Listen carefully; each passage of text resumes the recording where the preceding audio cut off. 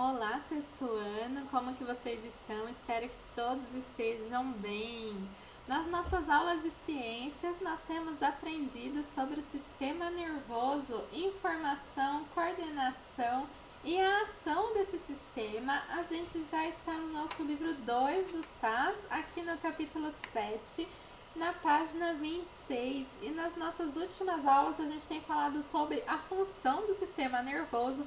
Falamos sobre a sua célula principal, o neurônio, as partes do neurônio, como que o impulso nervoso passa pelo neurônio, né, do dendrito, corpo celular axônio.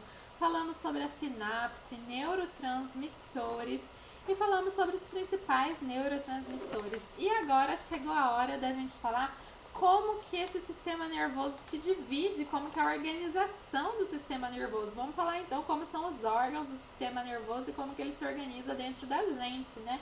Então, para isso, gente, na aula de hoje eu peço que vocês abram aqui na página 32 para acompanhar.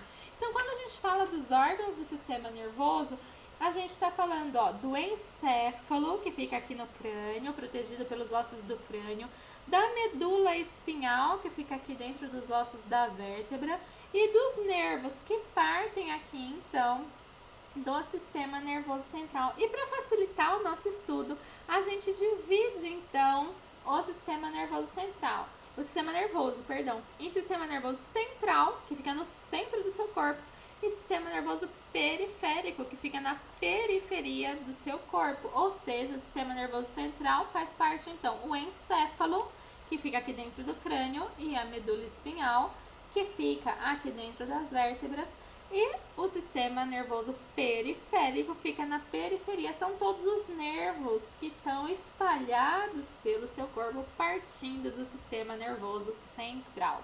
Então vamos começar entendendo sobre o sistema nervoso central. Então, gente, o sistema nervoso central são órgãos que recebem os estímulos vindo do meio ambiente, vindo do corpo, e vão gerar os comandos, né? Vão coordenar todas as funções do nosso corpo e gerar esses comandos, né? Então, o encéfalo e medula espinhal. E quem que é esse tal desse encéfalo? Não era cérebro? Não, gente, encéfalo, porque no encéfalo temos aqui, olha, o encéfalo, que belezinha do encéfalo. No encéfalo a gente tem o cérebro, o cerebelo e o tronco encefálico. Então, na verdade, são 3 órgãos juntos no encéfalo. E o cérebro é um deles. O cérebro é o maior órgão que a gente tem aqui dentro do nosso crânio, mas tem mais 2 ali com ele. O cerebelo e o tronco encefálico. Olha que bonito o nosso cérebro, cheio de voltas, né? O cérebro, ele recebe e interpreta as informações sensoriais. Ele controla os movimentos voluntários do nosso corpo, produz a memória e o aprendizado e atua nos processos emocionais, ou seja, ele é responsável pela maior parte dos movimentos e das coisas voluntárias, ações voluntárias do nosso corpo. Já o cerebelo, que fica aqui mais para trás, nessa região mais aqui atrás, posterior, ele regula a postura e o equilíbrio do nosso corpo e coordena movimentos mais complexos, são coisas mais involuntárias, né? Movimento, coordenação, essas coisas. E o tronco encefálico, ele transmite impulsos nervosos da medula espinhal para o cérebro, do cérebro para a medula espinhal, tá fazendo assim uma ponte, né, uma comunicação para a medula espinhal, a medula aqui embaixo, né, vai continuar aqui para baixo. Coordena o ritmo da respiração e do coração, ainda bem, né, que a gente não tem que ficar pensando, respira, inspira, expira, inspira, expira, coração, contrai, relaxa. Já pensou ter que ficar pensando tudo isso? E coordena a deglutição, vômitos, tosse, espirro, todas essas coisas são involuntárias, né? Então, o tronco encefálico que faz tudo isso. Gente, não, o cérebro tem a capacidade de aprender os nossos pensamentos, sonhos, planejamento, ações, né? Então, o cérebro, por isso que a gente acha que tudo que tem aqui dentro é cérebro, né? Mas não, gente. Então, estamos aprendendo que além do cérebro temos cerebelo e também o tronco encefálico. E o estudo do cérebro levou os cientistas a descobrirem que temos regiões dos cérebros responsáveis por funções diferentes. Olha só aqui na página 33 a representação de algumas regiões responsáveis por algumas funções, né? Algumas que são bem importantes para a gente. Olha, aqui à frente, né, do nosso cérebro, olha, planejamento, tomada de decisão, atenção. Então, essa parte da frente do nosso cérebro que é responsável por isso. Já essa parte aqui de cima, ó, controle dos movimentos voluntários. Mais aqui para trás, ó, de verdinho, tato. Mais aqui atrás, visão. Aqui do lado lateral de roxo, ó, linguagem. Mais aqui, ó, na frente, olfato e paladar. E aqui no meio, audição.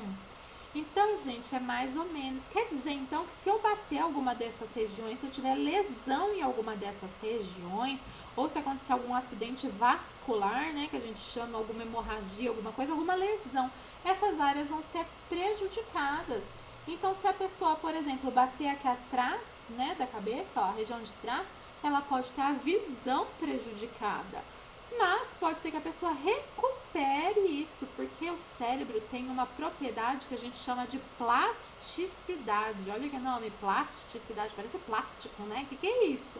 Porque regiões que estão aqui ao redor podem, né, de alguma maneira, recuperar isso, né? Elas podem exercer essa função também, né? Se for só uma lesão aqui no cérebro, elas podem de alguma maneira recuperar isso, fazer esse papel. Os cientistas, a gente não conhece todo o nosso cérebro, porque ele é muito complexo, né? Muito difícil a gente conhecer, porque imagina, são bilhões de neurônios que tem no cérebro humano, com um monte de sinapse, lembra daquelas conexões entre os neurônios que passam os neurotransmissores? São muitos. Então, apesar de todos os estudos, a gente não conhece tudo sobre o cérebro, né? Então, por isso que a gente fala, são regiões, né? Então, a região de trás é responsável pela visão. Então, mas pode ser que um pouquinho seja mais pro lado, um pouquinho mais pro outro, né? Então, só pra gente saber e ter uma ideia, né? Então, não vai ser aqui na frente a visão, vai ser lá pra trás, tá bom? E, gente, ainda é assim uma grande incógnita a gente entender como que dentro do nosso cérebro a gente tem a consciência, a gente tem a nossa personalidade. Como que você consegue assistir essa aula e ao mesmo tempo que você está assistindo, você está aprendendo, você sabe quem você é, você sabe de que comida você gosta, você sabe sobre todas as coisas, né? Então, por que, que hoje a gente fala assim, nossa, eu consigo fazer um transplante de coração, os médicos fazem transplante de coração, os médicos fazem transplante de pulmão, por que, que não faz transplante de cérebro? Né? Por quê? Porque a gente tem personalidade, como que a gente vai fazer um transplante de cérebro, né? Não tem como. Então, tudo isso é uma incógnita, assim, na vida. O que, que a gente sabe hoje? A gente sabe que quanto maior o número de neurônios, maior vai ser o número de conexões entre esses neurônios, ou seja, maior vai ser o número de sinapses. E daí, então, maior vai ser a capacidade cerebral, a maior a capacidade do cérebro em executar funções. Como que os cientistas sabem isso? Eles sabem analisando o cérebro de diversos animais. Olha só aqui o tamanho dos cérebros de diversos animais. Olha o tamanhozinho do cérebro do peixe, dos répteis, das aves e dos mamíferos. E mesmo dos mamíferos, olha o tamanho do cérebro dos grandes macacos, como chimpanzés, gorilas e orangotangos, e o tamanho do cérebro dos seres humanos. Compara o cérebro dos seres humanos com o do peixe, com o dos répteis, das aves, dos mamíferos, ou mesmo dos gorilas e orangotangos. O do ser humano é muito maior. Isso significa que os seres humanos têm muito mais neurônios formando seus cérebros e, portanto, têm muitas mais conexões entre esses neurônios. Por isso que os seres humanos têm uma maior capacidade cerebral e por isso que os seres humanos conseguem exercer mais funções que exigem do seu cérebro, tá bom? Então é por isso, gente, que nós temos então capacidades diferentes desses outros animais, certo? Agora a gente vai falar da medula espinhal. Então a gente viu, né, que no tronco encefálico continuava a medula. Olha só, aqui a gente tem na página 35 um moço visto de costa. O osso dele é como se tivesse transparente. A gente está vendo de vermelho aqui a continuação da medula espinhal. Gente, a medula espinhal, então, é a continuação do tronco encefálico. Dela vai originar todos os nervos, né? Um monte de nervos aqui. E qual que é o papel dela? O papel dela é transmitir os impulsos nervosos que vêm lá do encéfalo, passa aqui pela medula e daí vai para todos os nervos, para chegar em todos os lugares que precisa do corpo. E também, gente, a gente não falou aqui no sistema nervoso, capta as informações do ambiente e leva lá para o encéfalo? Então, vai passar pelos nervos, tem que passar pela medula para enviar lá para o encéfalo. Então a medula é um grande caminho, né? Como se fosse uma pista que passa a informação para um lado e passa a informação para o outro. Então ela está transmitindo a informação para o nosso corpo e transmitindo a informação do meio ambiente, né? Lá para o nosso cérebro. E além disso, ela vai regular alguns reflexos, porque algumas coisas tem que ser tão rápido que não dá tempo de ir lá para o nosso cérebro. Por exemplo, se eu colocar a mão em algum lugar muito quente, por exemplo, num ferro quente, eu tenho que tirar rápido, gente. Não dá tempo da informação passar da minha mão, passa pro nervo, vai pra medula, vai lá pro cérebro, meu cérebro fala, nossa, tá quente, tira a mão daí. Daí volta a informação, passa pra medula, passa pro meu músculo tirar a minha mão dali. Gente, por mais que isso seja rápido, vai machucar a minha mão. Então, quando chegar na medula, a medula já fala aí, tira a mão daí. E isso chama reflexo.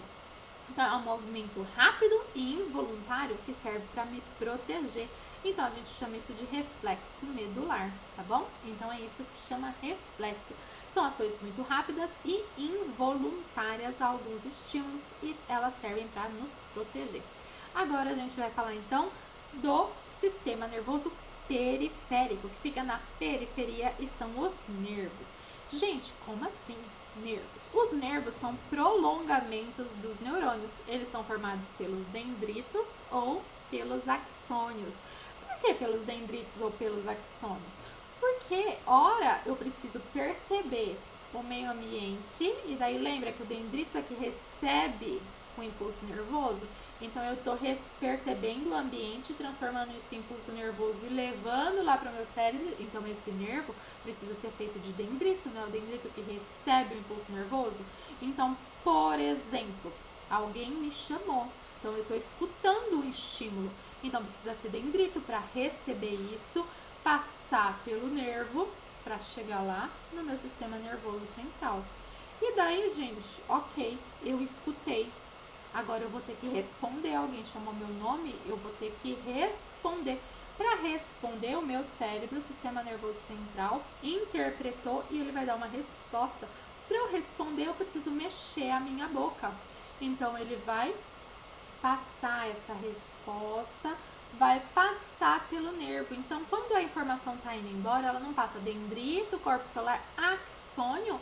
Então, esse nervo vai ser um prolongamento do axônio que vai chegar até os meus músculos para eu me movimentar. Lembra que a célula que movimenta é o músculo, a célula muscular, né? Então, daí vai ter que ser um nervo formado por axônios. Então, os nervos são prolongamentos de neurônios formados por axônios ou dendritos. E os nervos, então, podem ou levar a informação para o sistema nervoso central ou trazer de volta o comando que o sistema nervoso central trouxe. Vamos dar uma olhadinha nesse nervo. Olha só, aqui a gente tem na página 35 um corte do nervo. Olha só, são vários prolongamentos, né? Não é só um sozinho. Olha aqui, eles ficam todos bem juntinhos. Então, olha aqui, ó, tirou só um axônio aqui. São vários feixes de axônio juntos. E daí, lógico, né, se são células, elas precisam de nutrientes. Então, também tem vasos sanguíneos juntos. E, gente, como são pedacinhos de célula, né, elas ficam aqui em voltas, ó, de um revestimento externo do nervo para manter todo mundo amarradinho junto. E olha só, aqui a gente tem, ó, o encéfalo, a medula, e olha que os nervos partindo do encéfalo, que feio que fica, parece um tanto de, sei lá, teia de aranha, um negócio estranho, não é? Vocês já tinham visto, assim, os nervos sem tudo a parte da pessoa, assim, só os nervos? Não fica esquisito? Olha só como que fica. São os nervos que partem tanto da medula espinhal como aqui os que partem do encéfalo. Então, são eles que são responsáveis por encaminhar as informações do sistema nervoso central para o resto do nosso corpo. Essa, então, é a responsabilidade do sistema nervoso central. E aqui na página 36, a gente pode ver, então, da onde que parte o nervo e qual que é, então, a localização de qual parte do corpo que ele vai levar essa informação. Olha só, as vértebras estão aqui, a medula espinhal aqui dentro, olha. Se tiver aqui no comecinho, se os nervos saírem daqui do comecinho, elas vão levar, então, a informação para essa parte de cima aqui do nosso corpo, ó, em marrom, tá vendo? Tá marrom aqui essa parte da medula, marrom aqui também a parte do corpo. Se partir aqui desse meio da nossa medula espinhal, leva para essa região mais central do nosso tronco. Se partir bem aqui de baixo, leva para essa parte aqui, ó, inferior aqui do tronco e a perna, a parte da frente da nossa perna. E se partir bem aqui de baixo, perto do cóccix, vai levar para essa parte aqui das costas da nossa perna, tá vendo? Então, cada região que vai sair o nervo leva as informações para uma parte do nosso corpo, tá vendo que legal? E os que saem aqui da região da nossa cabeça são responsáveis por levar as informações para que a gente lacrimeje, mastigue, engula, tem as expressões faciais, movimente nossa cabeça, pescoço e etc, né? Essa parte mais da cabeça mesmo, tá bom? E pra gente entender como os nervos atuam, por exemplo, se alguém me cutucar nas costas, né? Então, costas, cutucou na pele é tato. Então, esse nervo que está recebendo a informação vai levar a informação até a medula leva até o meu sistema nervoso central no encéfalo, no cérebro, o cérebro interpreta. Estão te cutucando, você precisa virar o seu corpo. Daí ele manda o músculo virar. Então, daí do cérebro vai para a medula de novo, da medula vai para o nervo, do nervo vai para os músculos do meu tronco. E os músculos do meu tronco me viram. E daí eu olho, e daí se eu precisar falar, ele ainda manda para os músculos da minha face falar e para os músculos do meu pulmão jogar o ar para fora para eu conseguir falar. Olha só quanta coisa aconteceu em milésimos de segundo. Olha como que o nosso sistema nervoso é super rápido, hein, gente? Muito, muito rápido, né? Gente, tem aqui um agora com você, para vocês fazerem na página 39. E então eu espero que vocês tenham entendido qual que é a grande importância do nosso sistema nervoso. E a gente precisa cuidar muito bem da nossa saúde do sistema nervoso. Tem aqui na página 40, os órgãos do nosso sistema nervoso são muito frágeis e é por isso que eles ficam, principalmente do sistema nervoso central, protegidos, né? O do encéfalo fica protegido pela calota craniana, pelo nosso crânio, e a medula fica protegida pelas vértebras. Nós temos que evitar, né, a queda. Gente, a queda é um dos maiores índices de danos, né, no sistema nervoso central, mesmo queda em casa, tá bom? E principalmente em pessoas idosas. Já na nossa idade, qual que são os principais danos pelo sistema nervoso central? Acidente de carro, de bicicleta, patins, etc. Então aqui no livro ele fala como que nós podemos nos proteger contra os impactos. Gente, acidente de trânsito, a gente tem que sempre usar o cinto de segurança e a pessoa que está dirigindo tem que ter o que a gente chama de direção defensiva, uma direção segura, não correr, estar sempre prestando bastante atenção e no caso, se eu for pedestre, eu tenho que sempre atravessar a rua na faixa, quando tem uma faixa, esperar o sinal ficar vermelho para os carros e caso não tenha faixa de pedestre, eu tenho que atravessar sempre olhando para os dois lados, aquilo que a gente já aprendeu, né? E no caso, se eu estou de bicicleta, skate, patins, sempre usar o capacete, equipamentos de segurança. Gente, está sempre andando em locais que não tem muito trânsito, prestando bastante atenção nas esquinas, certo? E evitar os acidentes domésticos, não subir em janelas, não subir em bancadas, não subir em mesas, em cadeiras, né, que são bambas. subir apenas em escadas adequadas para isso, com uma outra pessoa olhando, segurando e, gente, sempre com a supervisão de um adulto, né, quando necessário. E lógico, a gente deve sempre falar das substâncias psicoativas, que são aquelas que mudam o funcionamento cerebral, né? Existem muitas substâncias, tanto medicamentos quanto alimentos que podem fazer isso. São aqueles que nós conhecemos como drogas, certo? As drogas, elas podem mudar a quantidade de neurotransmissores que tem dentro do nosso cérebro. E daí elas liberam um monte de neurotransmissores que dão uma sensação de prazer. Só que são tantos neurotransmissores que o nosso cérebro jamais ia liberar naquela quantidade. E a pessoa fica viciada nisso. E daí isso pode causar uma série de prejuízos nas sinapses cerebrais, pode diminuir a quantidade de neurônios, a quantidade das sinapses em si, vai causar aumento nos batimentos cardíacos, na temperatura do corpo, na respiração, pode levar a uma grande dependência, né? A pessoa fica dependente disso e pode ocasionar uma overdose, levando a pessoa à morte. Então, gente, o uso de substâncias psicoativas, ele é muito, muito, muito perigoso. E ele deve ser evitado, jamais deve ser usado, a não ser que seja por uma recomendação médica. Por quê? Porque alguma coisa no cérebro da pessoa não está funcionando de maneira adequada e está sendo apenas reposto aquele neurotransmissor. Não porque a pessoa está buscando um prazer excessivo, ok? Gente, a gente se vê na próxima aula. Tchau, tchau!